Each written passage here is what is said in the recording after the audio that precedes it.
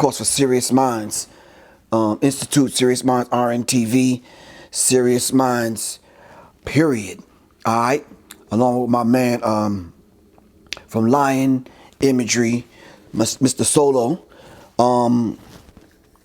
We were in a different kind of location, kind of giving it a different look, doing some things. But I wanted this quote. We're going to talk about being black while being black. Cops being called on black people for just being who and what we are after they made us into what they turned us into. Wanique Shabazz, peace. Good brother, how you feel? All right. So, just real quick, I wanted this quote from Amos. Oh man, Amos Wilson. It was a quote from the book.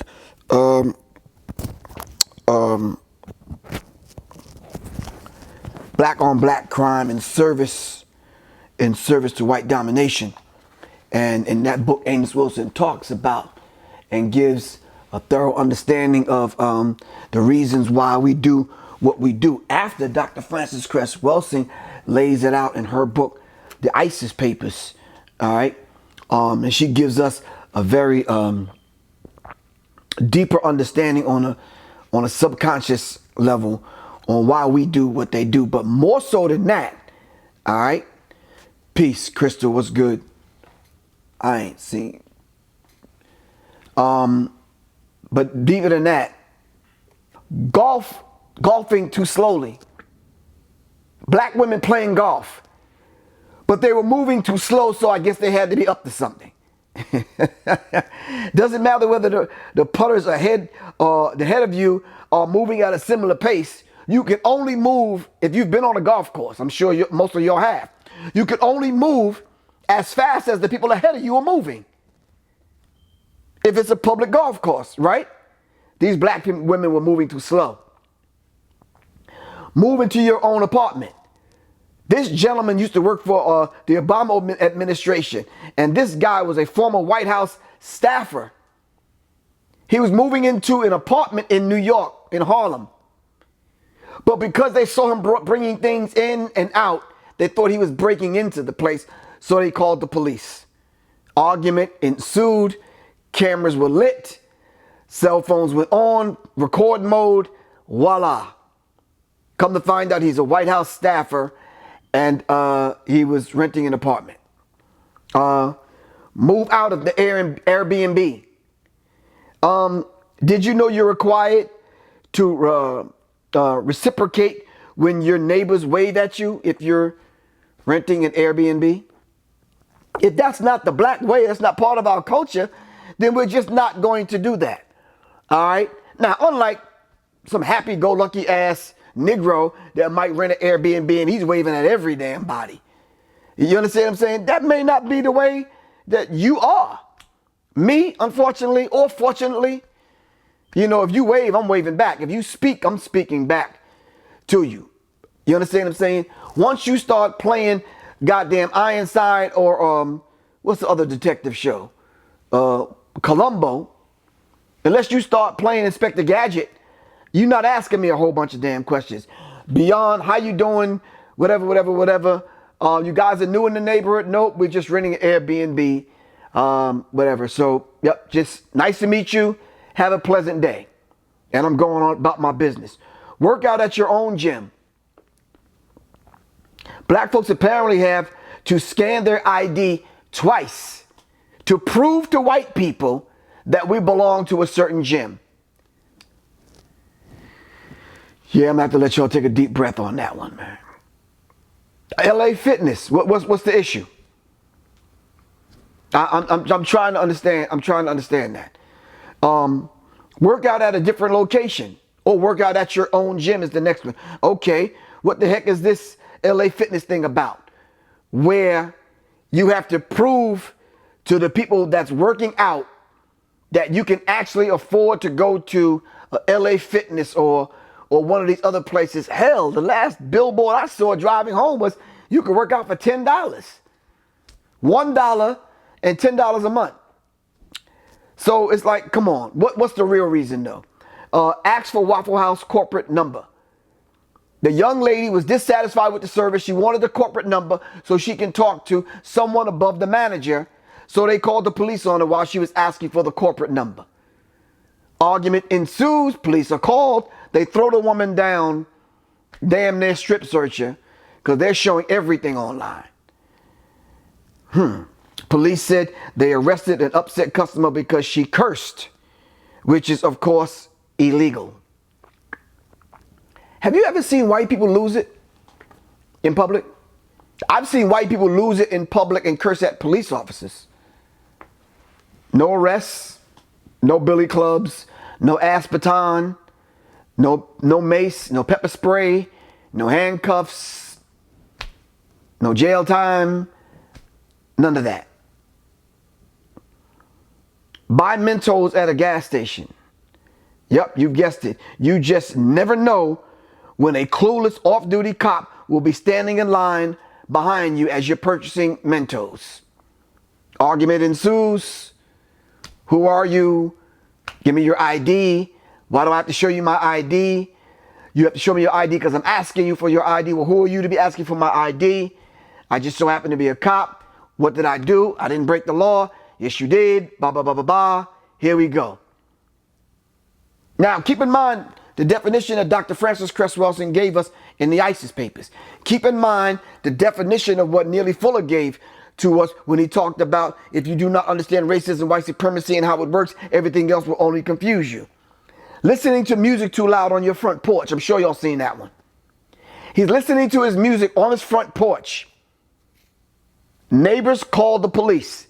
Rather than the police coming, asking the necessary questions, out comes the handcuffs, the billy club, the pepper spray, and I believe this gentleman was 13, 14 years old. Show up late for a college campus tour. These two Native American kids made a white mother nervous because they showed up late. And it made a white mom nervous, so much so that the police had to get called. If this wasn't so foolish and stupid and ignorant and childish and redundant and a few other things I could call it, I wouldn't even take my time out of my day to even go over this. All right. But it almost seems like a trend now. It almost seems like this is the new racism. No, this is new aspect of the new racism. This is the new Jim Crow, unwritten law. This is the new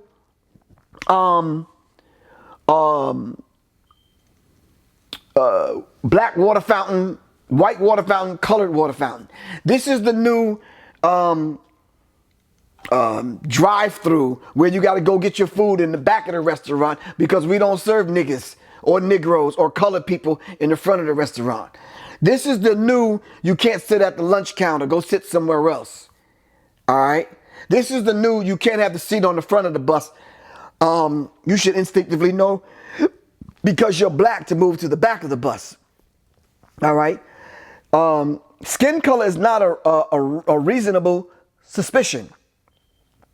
Just because you're black, that's not a reason for you, Skip Gates, to have to explain to your neighbors that you're breaking into your own house because you left your keys inside. All right? So this not only happens to those of us that dress down, as some of y'all would like to think, even some Negroes in this neighborhood at the HOA meeting talking about, well, do they have houses here that are up on Airbnb? So who will I know who my neighbors will be for the weekend? And do they have a dress code? Or, man, stop that. Just because your neighbor is renting their house and it's an Airbnb, there's no dress code that somebody have to wear a shirt, a suit and tie to please your Negro narrow-minded ass. So your skin color shouldn't be a reasonable suspicion. Yes, all lives matter. For all y'all Negroes out there, and I know a few talking about all lives matter. Well, we always known that. We've always included white people in what we do. All lives do matter. But we're not focusing on all lives matter right now. We're focusing on the black ones right now. So let's get that straight. So we're not negating anyone else. We understand that y'all took 8, 9 young people from a soccer team, a football team out of the cave in Thailand. Beautiful, good. That's humanitarian work that we all should do, because we all should look out for one another. But the question is, if they were a black soccer team, would you have been so virulent at doing that? Would you have been so aggressive at doing that? Would it have made headline news? Would you have celebrated? All right. There is a racial double standard in America, and we need to understand that. So rather than you sticking your head in the sand and act like you ignore it because you got white friends, or some of y'all that are white are watching this, some of y'all got black friends, you choose to ignore it. Trust me, it's like a goddamn STD. It's not going away until you treat it. Plain and simple. All right. It is very apparent that our judicial system does not even know that black people exist. Once the police are called, you become a number.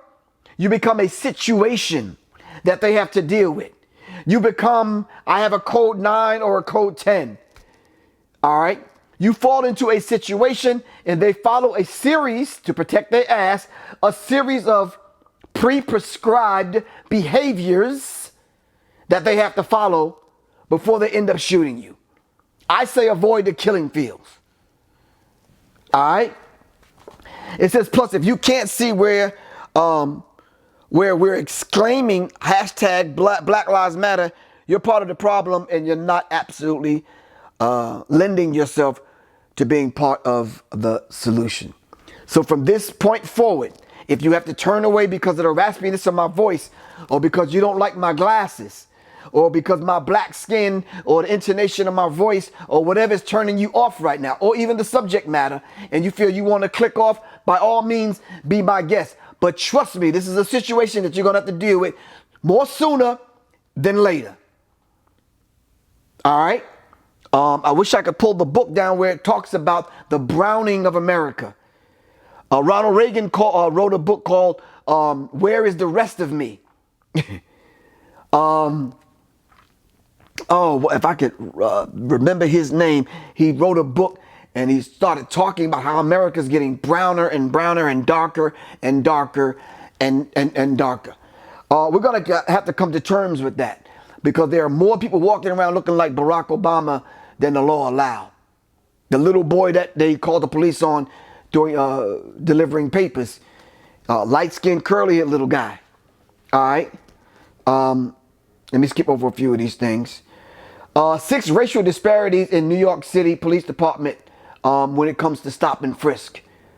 Very rarely do they stop and frisk white people. If that's not Nazi Germany, what is? Stop. Show us your papers. Where are your papers? Do you belong in this area? All right. They're going to start zoning. All right. If you're not in a certain area, in a certain zone at a certain time, you could get arrested. All right. So y'all can do the stats. Don't want to get stopped by the New York City police. Stop being black. Who thinks about that when you're leaving work 9 o'clock at night, walking through Harlem, walking through Brooklyn, walking through Queens? Who thinks about, oh, do I got to sound white? I was doing some research on this particular subject, and it says in the state of Georgia, if you want to exercise the open carry law, carrying a firearm, there's a certain way you have to look, certain way you have to walk, certain way you have to talk in order for them not to question you. Next to that picture, that picture was a black man demonstrating on what to do. Next to that picture was white people carrying AK-47s at the airport. Angry at the police for questioning them. Why they're not allowed to carry high-powered automatic weapons at the airport. Go figure. So when you talk about the turbulent 60s, when water holes and dogs were sick on us, and you talk about what we're talking about now in reference to stop and frisk, when you're talking about the police being called on black people for apparently no reason, right? We have to take into account that belligerent white people now will actually argue with police officers and curse them out, but nothing will happen to them. Not a fine, not a citation, not a warning, guns not confiscated, none of these things. But a 12-year-old black kid, Tamir Rice, murdered by police within seconds of police pulling up because he was playing with a toy gun. And they justify that. They justify that.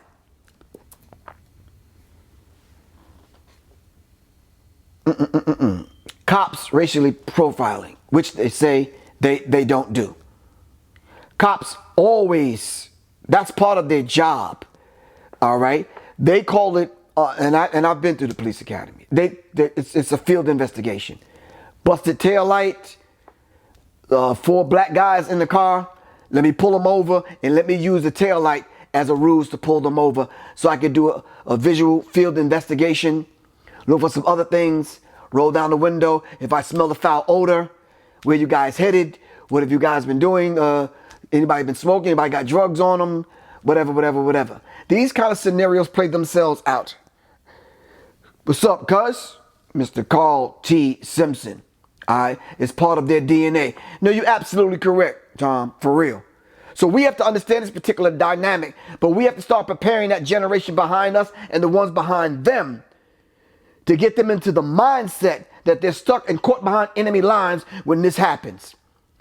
Adjust your behavior and your attitude and act accordingly, because the thing is, get home. All right? Blacks, Hispanics more likely to be stopped. Of the approximately 1.6 million pedestrians stopped and questioned by New York City police officers during the period of 2010 to 2012, more than half were African American and nearly 1 out of 3 Hispanic. The statistics compiled on behalf of the plaintiff in the federal lawsuit Floyd versus the City of New York. Race, ethnicity of persons stopped in New York City 2010 to 2012. The statistics are there, the numbers are there. All right. So for this half hour, this has been Professor Griff for Serious Minds. All right. So what we're going to do is we're going to chop. What's up, E? True story. I thought that all the beat down. Eric, you know you need to stop that, man. We're trying to lay out some serious statistics. We want to continue this conversation, but we want to talk about racial profiling. We want to talk about campus police. We want to talk about mall cops. We want to talk about TSA.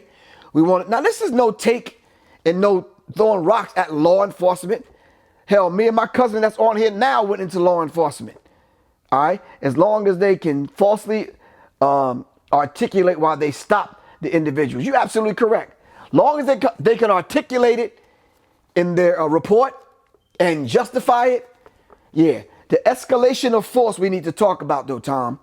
What is the escalation of force? All right. So we need to understand that particular dynamic, especially in these cities and states where it's an open carry law, because automatically in these states, the police officers are on guard. They're approaching the car with a shoot to kill kind of mentality because they want to make it back home to their family. All right. Study chapter 9 in this book where it talks about the motherfucker and the original motherfucker, and we'll have a better understanding on what that actually leads to. All right. And this is not for play. You understand what I'm saying? This is real. And chapter 8 where it talks about guns as symbols. And when it talks about the guns as symbols, it gets into phallic symbols and what it actually registers inside of a white person's mind. This is how it actually registers in their mind. So in all actuality, by the time they pull you over solo, you understand what I'm saying? Automatically, they seeing this. On a subconscious level, it's this. But in reality, you have a gun because you can genetically annihilate them. All right. On a genetic level. All right. And this is real. And this is how. So when you talk about walking while black, sleeping while black, delivering newspapers while black, swimming while black. All right. This is racial profiling at its best. Like my cousin said on here, how they articulate it.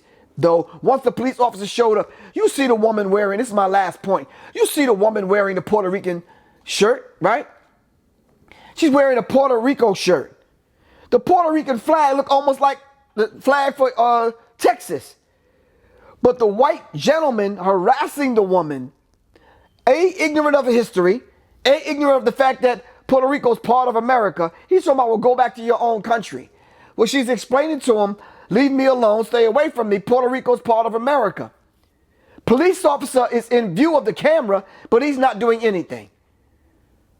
So we need to understand these particular things as we begin to move forward. I wanted to talk about Google. When you Google black or when you Google some of these things, the things that come up that automatically set the tone and the backdrop in white people's minds when we talk about black on black crime, white on black crime in service to white or black, pardon me, genocide. Not only white genetic survival, but black genocide. This is Professor Griff for Serious Minds, for Serious Minds. All right. We'll be back in a few minutes to do part 2 of this. So just sit tight. All right. This is Professor Griff. I swear on mine, if my people cry, if black people die while the president lies. See the devil listen to his lying ass, building walls in the streets with his orange ass. I'm taking names, real talk, claims his fame. White sheets is beef, black necks to hang. Grabbing crotch and porn chicks, rooting side bitch. Reparation, Russia investigation. Dude is foul. Here goes the sound, Trump's tower goes boom and pow. When we shut them down, I shut them down. This is Professor Griff, and you've just tuned in to Serious Minds RNTV. And you've also just tuned in to Serious Minds Institute with Professor Griff, and we are black. And the subject that we're talking about today is cops being called on black people for just being black.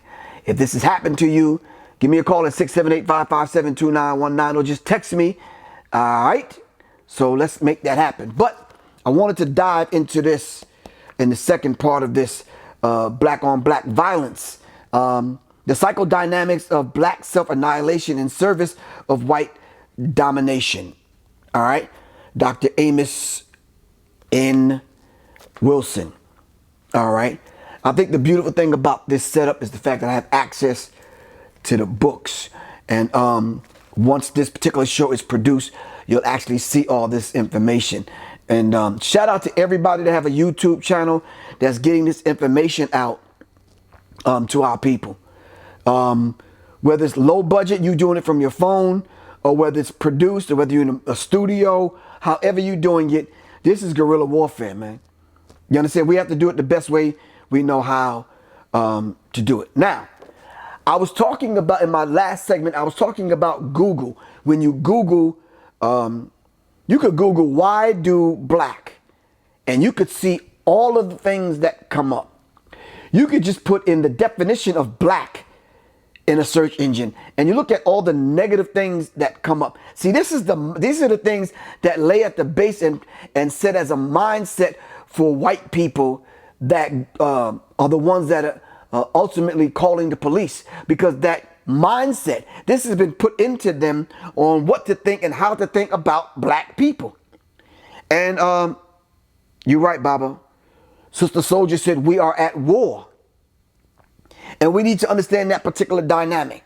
We're at war for the hearts and minds of our people. All right.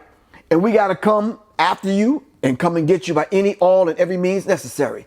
And that's just real. Why do black? Why do black people have big lips? Why do black people say ax instead of ask? Well, let me just stop and pause right there, because someone said that about me, because I say ax all the time. There's 1,000 different languages, different dialect, not dialects, but languages on the African continent, of which we speak none fluently here in America. Why? Because if you do your history, and I have some history books here that we can go over it, they took our language from us. They made it against the law for us to speak our own language to one another. And you got punished for interacting with black. I'm going to say that again in English, as taught to me by Dr. Amos Wilson in this book. You got punished for interacting with black. So the whole idea of acting black becomes now a stigma. All right, attached. You don't want to be too black, because if you're too black, you'll get punished. All right, we need to understand that particular dynamic and understand it at its core, because this lays at the base of white people that you have to deal with, even the ones that you call your friends. All right, ask them a few uncomfortable questions and you'll see what I'm talking about. One of the first triggers is the fact, oh, I don't see color. Well, why not? Shit, I'm black. I want you to see my color. I see yours. But if my color is attached to a behavior pattern, then I see why you say you don't see color. If a behavior pattern is attached to your whiteness, then maybe you don't want me as your friend to see your color. Because when we quote unquote celebrate, they say we're rowdy.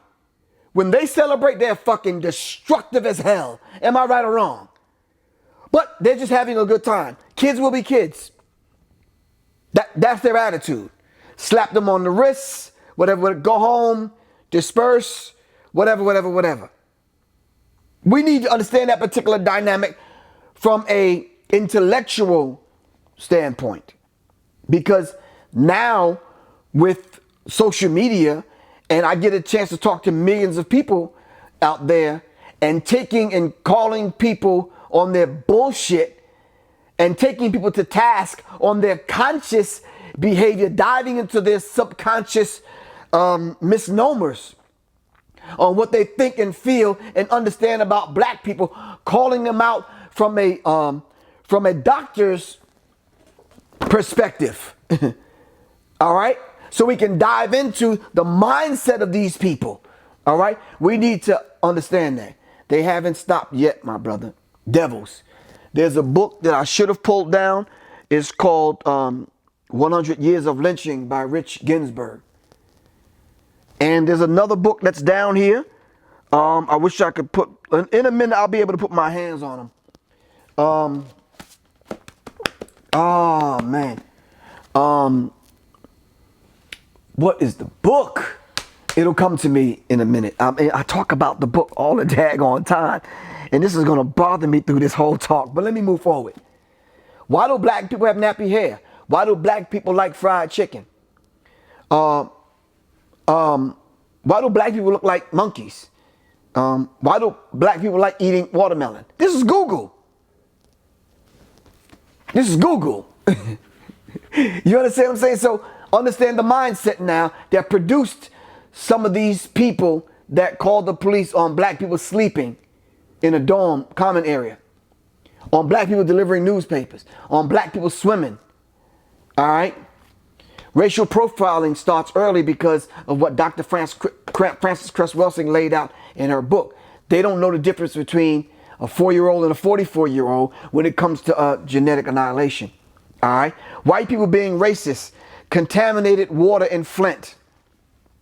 Black woman swimming in a swimming pool, and they're pouring acid in the swimming pool at the same time. Do your history. Pull that up on Google. Stacey Douglas, peace. Pull that up on Google. I forget which actress was swimming in Hollywood in a pool, and the owners of the hotel came and had to pour acid in the swimming pool while she was in it to clean the swimming pool because of what they fear about black people. Acid. Police not punished for killing black and racially profiling black men. Why aren't police punished? How many officers have you known that have been punished for killing black people? So we have to understand this dynamic. Something as simple as suspending black girls from school for wearing their natural hair.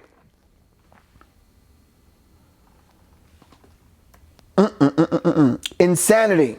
What is the definition of insanity? Insanity, doing the same thing over and over and over again and expecting a different result. All right. White women called the police on me for doing nothing. Bad cop asked her to press charges. Wow. If you were doing nothing, then why should any charges be pressed? Yeah, and there's a language of racism, white supremacy that we need to understand. All right, my man Collard Green, peace, man. T-Bone, what's up, bro? Just so we're clear, I didn't pull you over due to racial profiling. It's just that most criminals look like you. Woo! So the woman called the police on the brothers for barbecuing in Oakland. We saw what that led to. All right. The police called on them in Starbucks. We saw what that led to. So why all of a sudden now, national news, let's have all this dialogue about racism? We've always had dialogue about racism. I have a DVD library over here that'll blow your... I wish you could take that damn camera off of there and come with me. But he can't. I think he can. He can. Come on. I have a DVD library that'll numb most of y'all. All right? Oh, 200 DVD. I think I could turn this around. Hold on.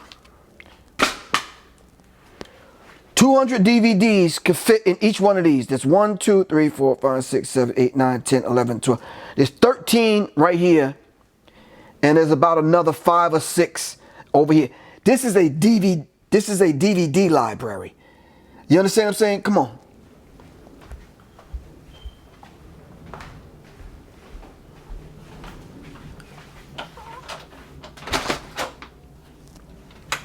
I don't know if it's too bright out here. You don't have to close it. This is my actual library I just set up, as opposed to the other. This is just the DVD library. So I didn't take on the name professor for no reason. I've had that name for a while. I need to put a light out here. But this is the DVD library. And of course, you know, Oshawa Kwesi's work, Amos Wilson's work, Francis Cress Welsing's work. Just in these alone. You understand what I'm saying? So we have to understand this particular dynamic and understand how it works. If you don't preserve your own history, all right, no one's going to preserve it. No one's going to preserve it for you.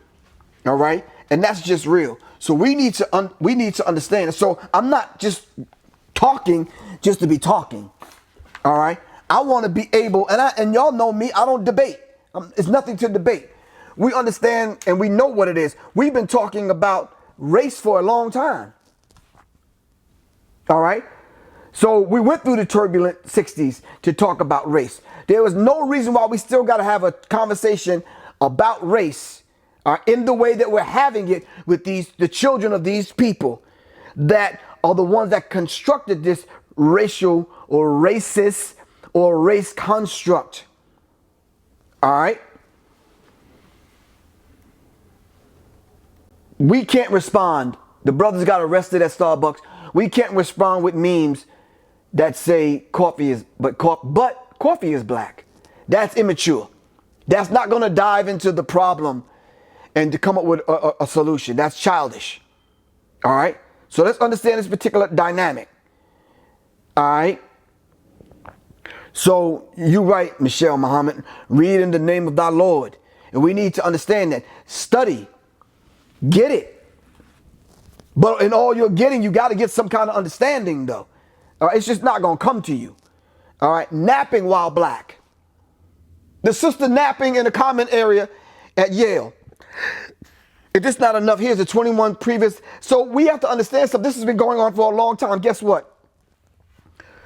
Who was it, man? Who was it that said that? Will Smith. Racism has always been here. It's just being filmed now. We've always experienced this. Will Smith said it's just being filmed now, and we're just catching it on tape. So the world can see through our lens. All right? So the woman that called the police on the sister that was taking a nap after studying hard, that wasn't the first time she's done. See, this is a pattern for these people. All right? And this is the first one, like your white friends do. Well, no, I'm not racist. Well, how can we know that? Are you one of the ones that are taking up the fight to talk to your other white family members and friends? Caucasians ain't going to give up America. We're not asking them to give up America. America is turning blacker and blacker and blacker. They may end up giving it up by default. You understand what I'm saying? Nordstrom's rack apologizes to black teenagers falsely accused of stealing. Why every time we in the store we got to be stealing? I don't understand that. Whoa. Somebody help me understand this particular dynamic. All right. 1 second. So Nordstrom's having to apologize. Starbucks CEO having to apologize. A group of black women say A golf course called the cops on them for playing too slow. CNN reported that. All right. This is ridiculous. And I'm not, come on, y'all. I'm not. Hold on 1 second, Solo. I'm not making this up, man. Hold on. Can you see where I need to go on here to go live? You know how to go on live on Instagram? Oh, I can just go on live like this. We're going to go live. 1 second. We're going to X out of that. We want to go live. Hold on. Whoa. No, we don't want to do it. 1 second. I'm learning. Got you. Yep.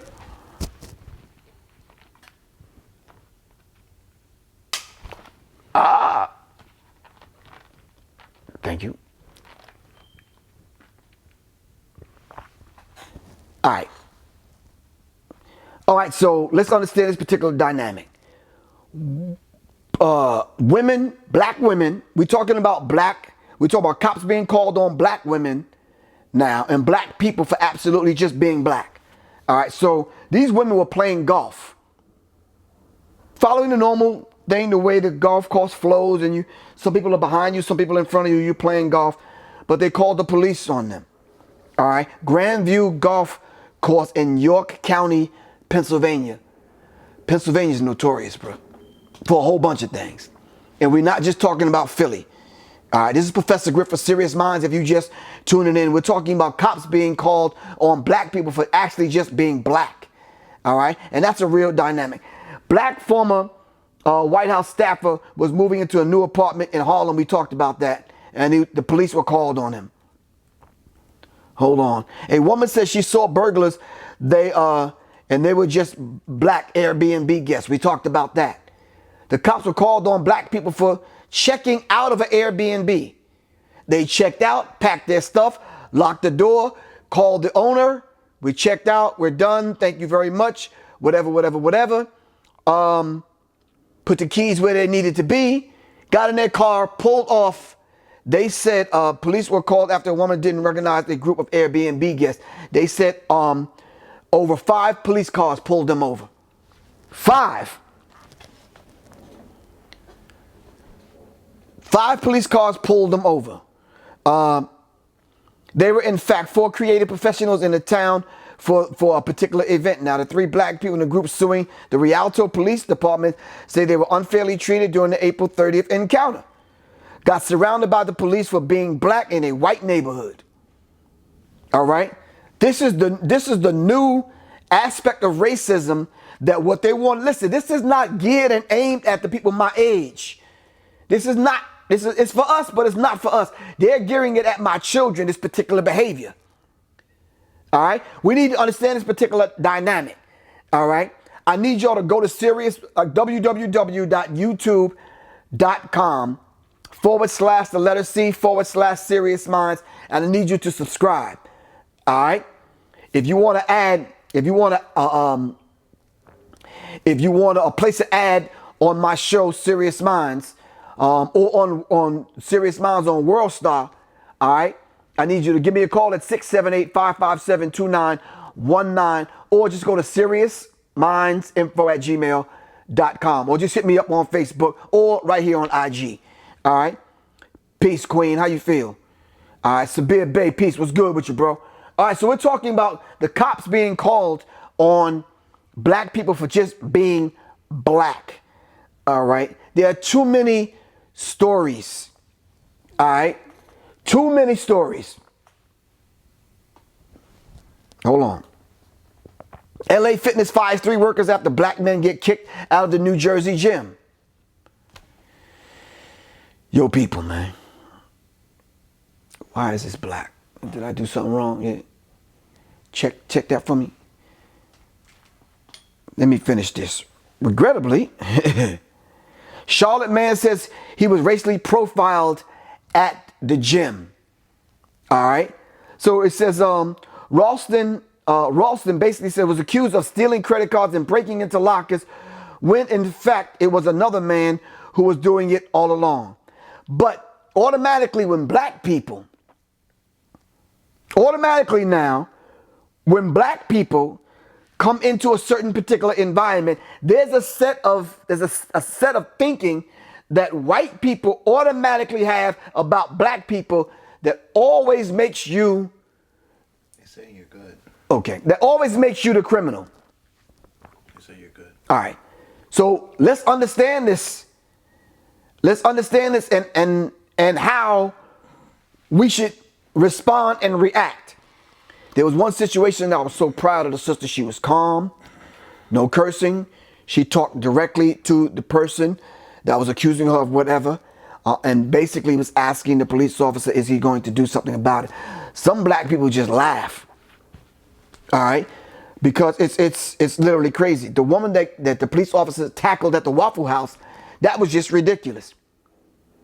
All right, but they're responding to your energy. You have every right to be upset, but there's a behavior that we have to start conducting ourselves in a way to actually get across and speak to them on their level, which is a very low plane, physical plane.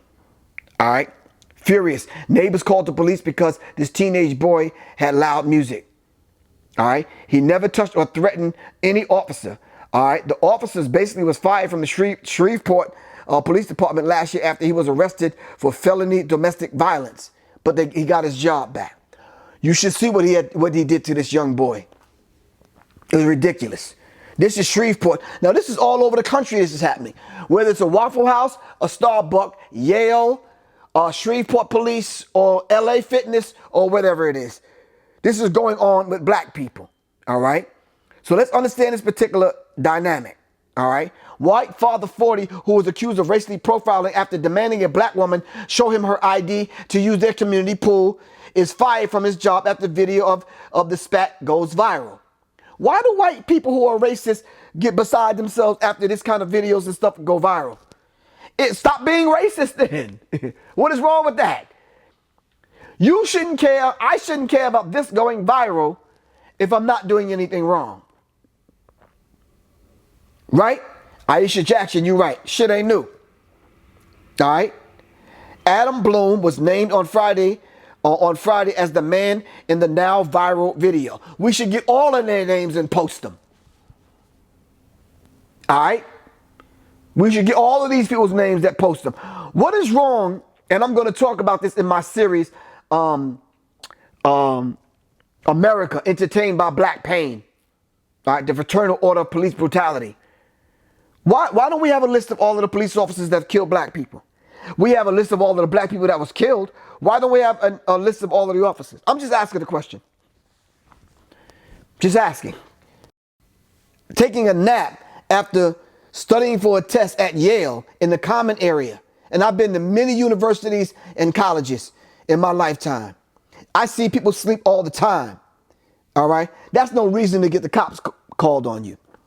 And just so y'all know, cops, C-O-P-S, is constable on patrol. All right? Understand the origin of the cops, which actually brings us back to when they used to run and chase down black people during slavery.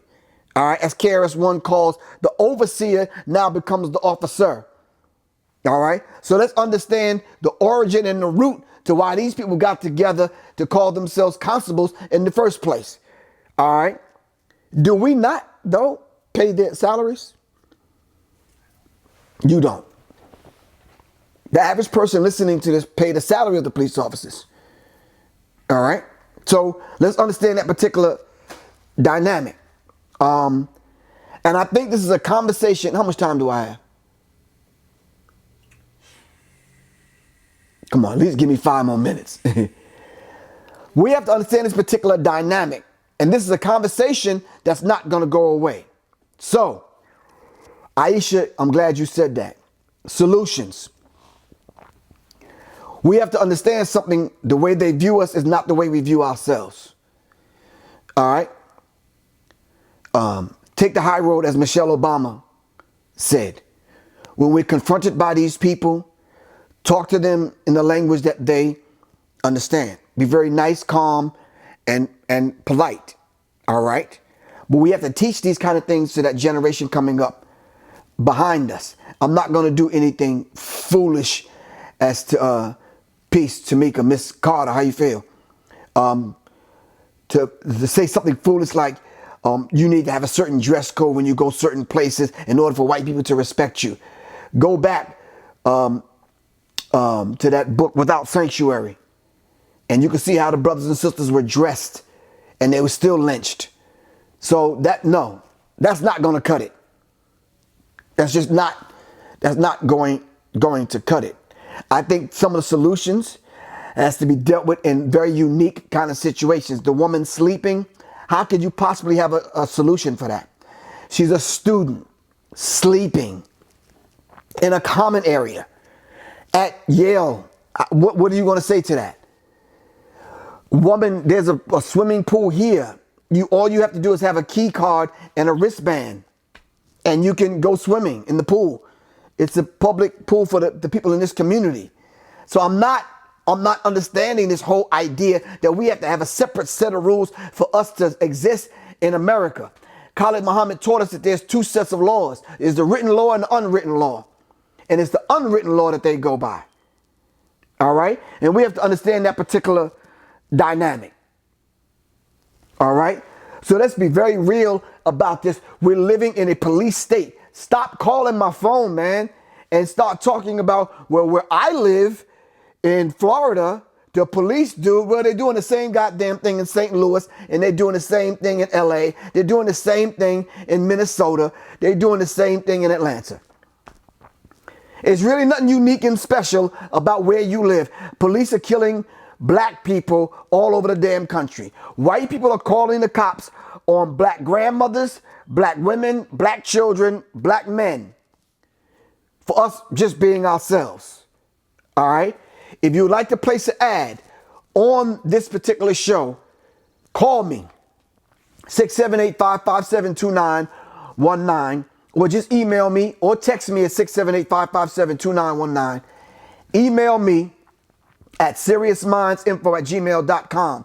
All right? Check me out on my channel on YouTube. All right? That's www.youtube.com/C for consciousness, C/Serious Minds. You're already on Facebook because I'm here. You're already on IG. I'm Professor Griff on IG. I'm here. Twitter is called, my Twitter handle is GrifftheNME. All right, if you want to send me some information, GrifftheNME. All right, just hit me up and let me know. If you got subjects that you think I need to address and talk about, just hit me up. All right, this is Professor Griff for Serious Minds. All right, and I'm here with my man Solo at Lion Imagery. And I hate to say it, I got to go do study for this World Star thing I'm doing tonight. www.worldstar.hitradio.com. I will see y'all later. Revolution is not an event, it's a process. This is Professor Griff for Serious Minds, for Serious Minds. Seriously, this is Professor Griff, and I'm out. Peace. Y'all take care. Check out me and Soleil on that Shut 'em Down joint, man. You understand what I'm saying? Go to YouTube and put them Shut 'em Down, Serious Minds with Professor Griff and Soleil, and check out the song Shut 'em Down. All right, it's Professor Griff. I gotta go, y'all. I love y'all to life, man. Peace. Deuces. I'm out. Greetings. It's Professor Griff of Public Enemy. Welcome to the Oculus Inc. The Oculus. They are the ultra secret society. They are the ones that manipulate and control your perception. They're actually the gatekeepers of your perception. The Oculus are the ones that actually write the prescription. They are the ones to determine who and why you see what you're actually seeing through signs and symbols. These signs and symbols, we see them every single day. Your banks, your fast food stores, energy companies, gas stations, car companies, sports teams, all of them have signs and symbols that they use in such a way where they speak a language to one another. These are the things that the Oculus controls. The Oculus Inc.